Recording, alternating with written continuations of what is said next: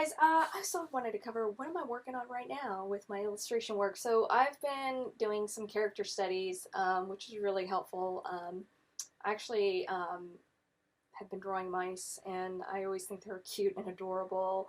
And it was actually a suggestion from the internship I'm doing right now. The illustrator was like, maybe think about making them dancers. So I went ahead and I started doing some character sketches. I just have a lot of fun with these. So when you're thinking about work that you want to do, it's just an extra little tip, like draw things that you want to actually work on, because then those are the things you're probably going to get hired for. So in this case, I like drawing animals a lot, and I really just enjoy doing these little gestures of these mice little dancing and stuff like that. So something to think about, and I definitely feel like I made some progress with this. I feel like I just don't do enough character sketches, so when I've worked on projects before, I feel like this step I didn't put as much effort into it, or I wasn't like thinking about it as hard enough. So I'm definitely delving in further, and so it really helps you feel a lot looser, and when you're drawing out your characters, you're getting a sense of the gesture involved in it, and so things aren't as stiff, because yeah, that's one of those things that I could always work on to be better. But anyways, thought I'd share. That's what I'm working on.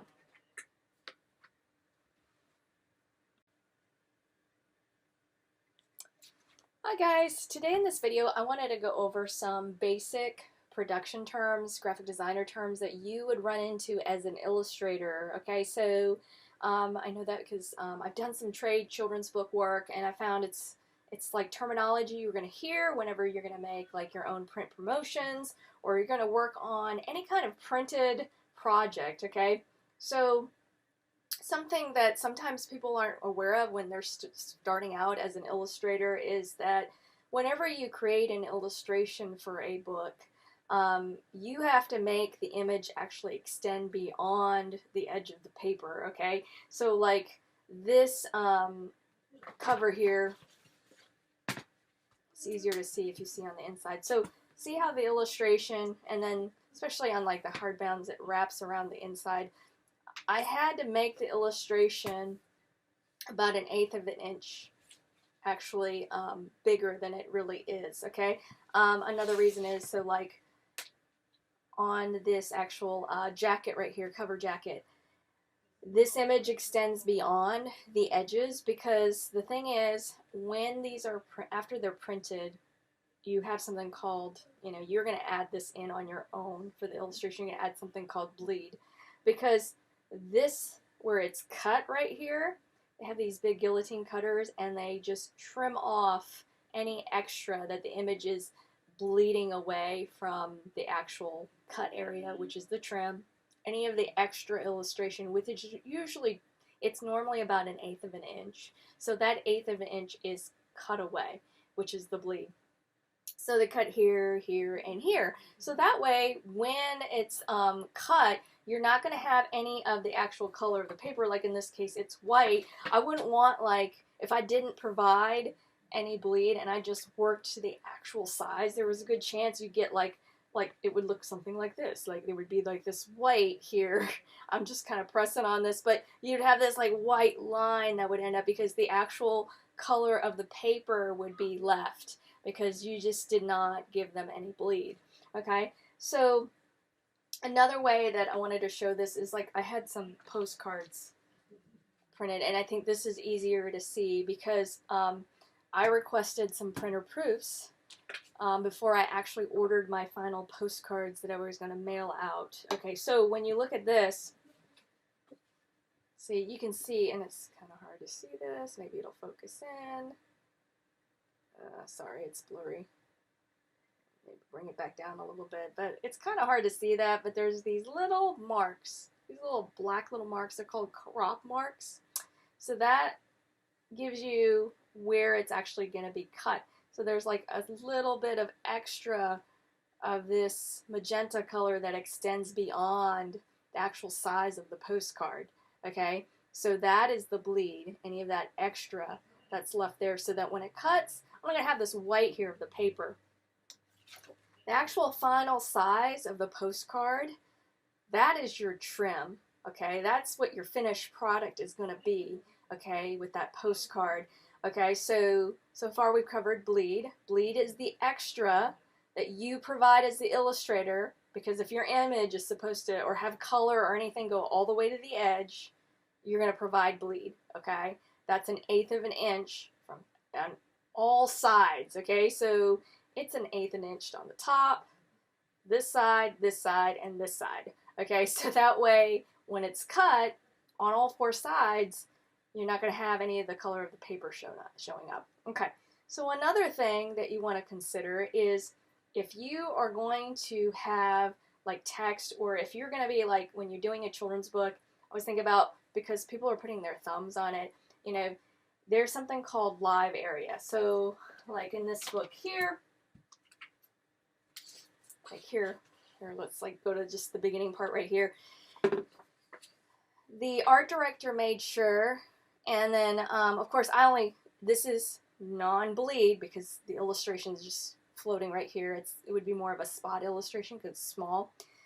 I just did this small interior illustration because they thought that would be nice, and I thought it would be nice as well. But the graphic designer, the art director, you know, they know to keep the text, any relevant images within this live area. So the live area is kind of like your safety. Like, you're not going to put anything between the space here.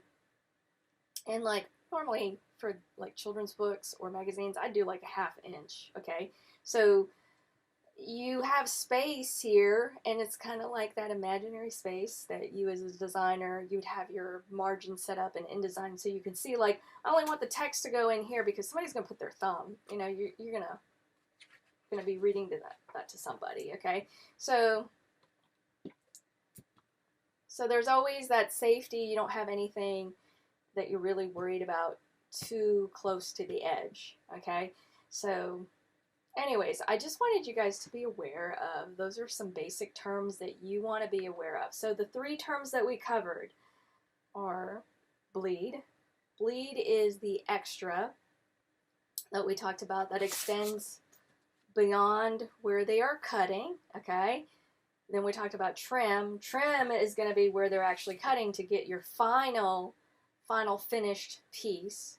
And then your live area is where you would want to keep anything like text or anything, as, you know, that's more of the graphic designer. But if you have something that you're really like, oh, I really want to make sure that it's really going to be in the scene, you want to keep it in your live area, okay? So those are things that you would consider. And as far as the sizing, you know, they're going to give you the size of your illustration. Like most of the times what I got was, okay, this is the final size of your illustration, and then I'd be like, oh, well, can it bleed? And then I would ask, like, and I'd just make sure, are you guys doing 1/8 of a bleed? You know, or, you know, I'd be like, so what's your trim size and things like that. So whoever you're working with, as far as if you're doing traditional, like, publishing, they're going to determine the size because they're going to have standard sizes that they're used to working with.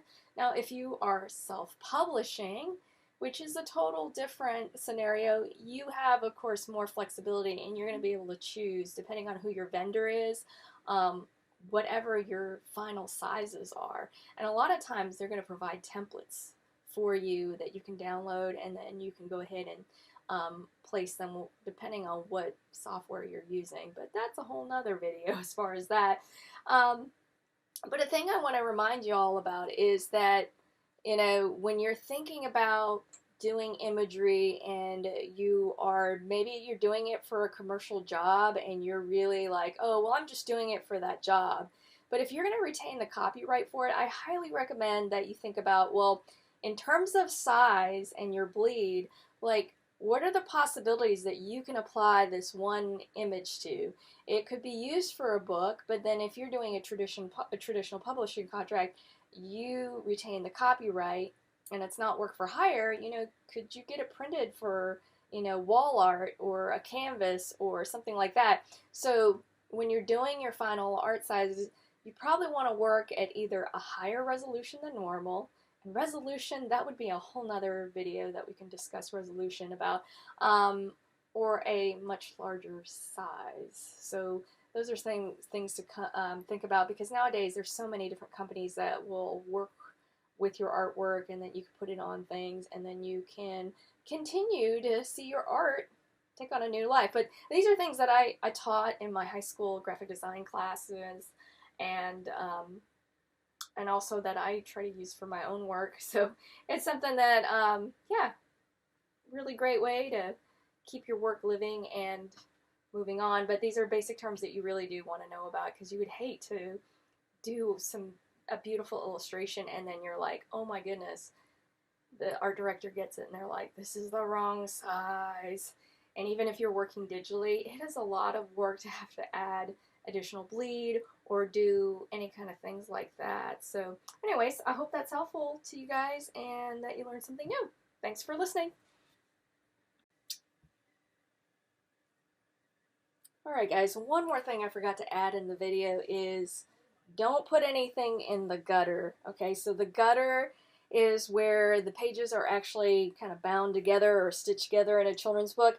And so you really want to make sure that in the gutter area you don't put anything important in that space. So you kind of, you can have things in the area, like I had the background right here, but then just remember, like, anything important, like a person, one of the characters, or anything like that, you don't want it inside the gutter, just because it'll get kind of eaten up by the actual pages as they're bound together. So it's that's a big no-no. Don't put anything in the gutter. So I forgot that. So just heads up, nothing in the gutter.